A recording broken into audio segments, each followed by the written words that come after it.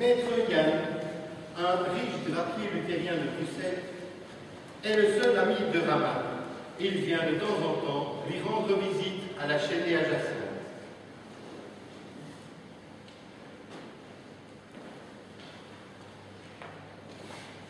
Voyons un peu ce que prétendent ces gens que l'on appelle les protestants.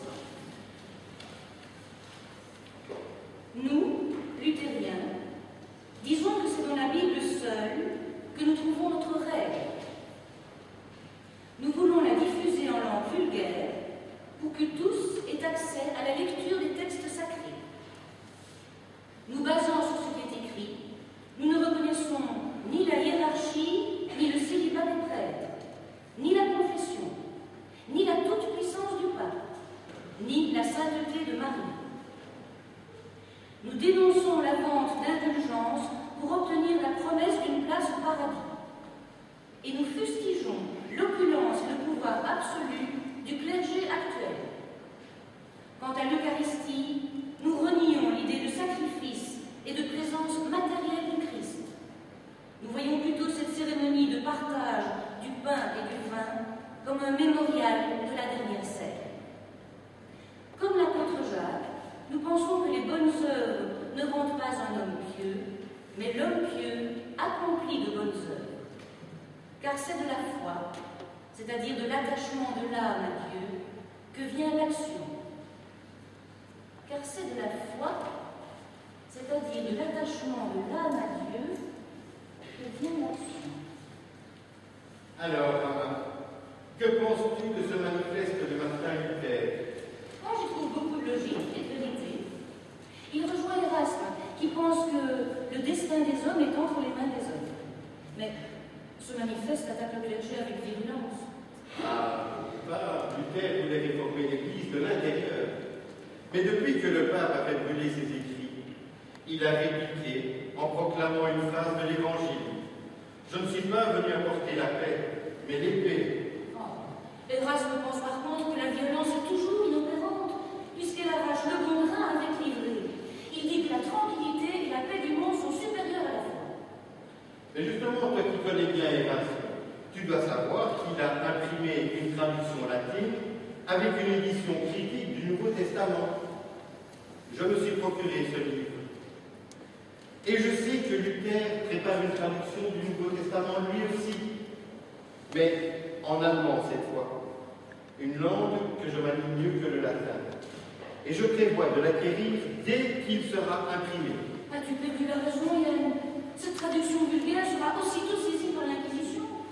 Et tu sais bien que les imprimeurs, diffuseurs et lecteurs de livres excommuniés risquent d'être marqués au fer rouge, d'avoir un œil crevé ou un point tranché. C'est interdit. Mais pourquoi Dieu nous interdirait-il de lire sa parole?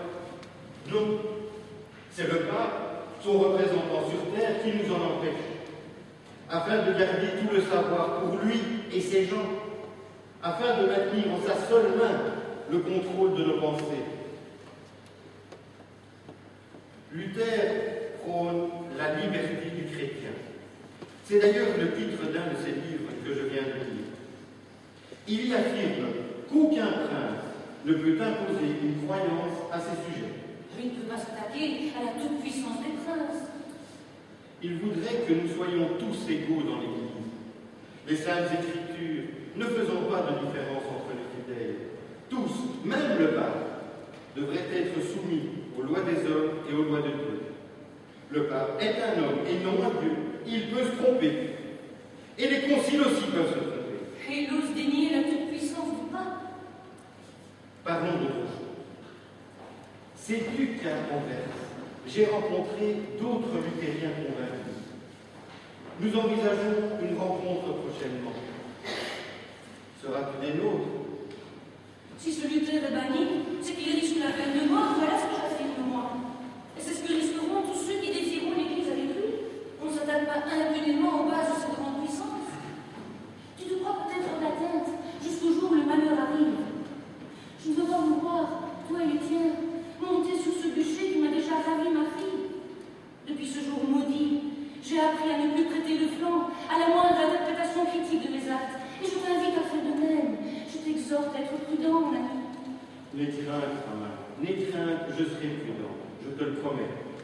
Même si je crois comme toi que Luther dit juste, j'éviterai d'entrer dans la clandestinité d'un groupe qui se revendique de son nom. Mais il faut bien que les luthériens se regroupent pour confirmer et diffuser leur foi. Je ne sais pas, comme dit Erasme, les meilleures idées n'ont toujours plus qu'une infime minorité. Cette idée de liberté du chrétien est intéressante, mais elle demande une grande rigueur, elle indigne une grande solitude. Peu de gens ont la maturité de la liberté. La plupart des hommes sont crédules et cultivent l'esprit grégaire.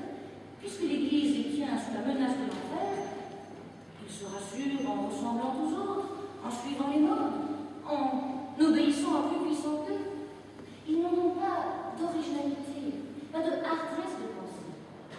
Il faudrait les éduquer à la liberté, car je pense au Erasme qu'il y a beaucoup de faibles pour qui la discipline est utile et dangereuse à la liberté. Tu as raison. Il faut éduquer à la liberté. Eh bien, je m'en souviendrai.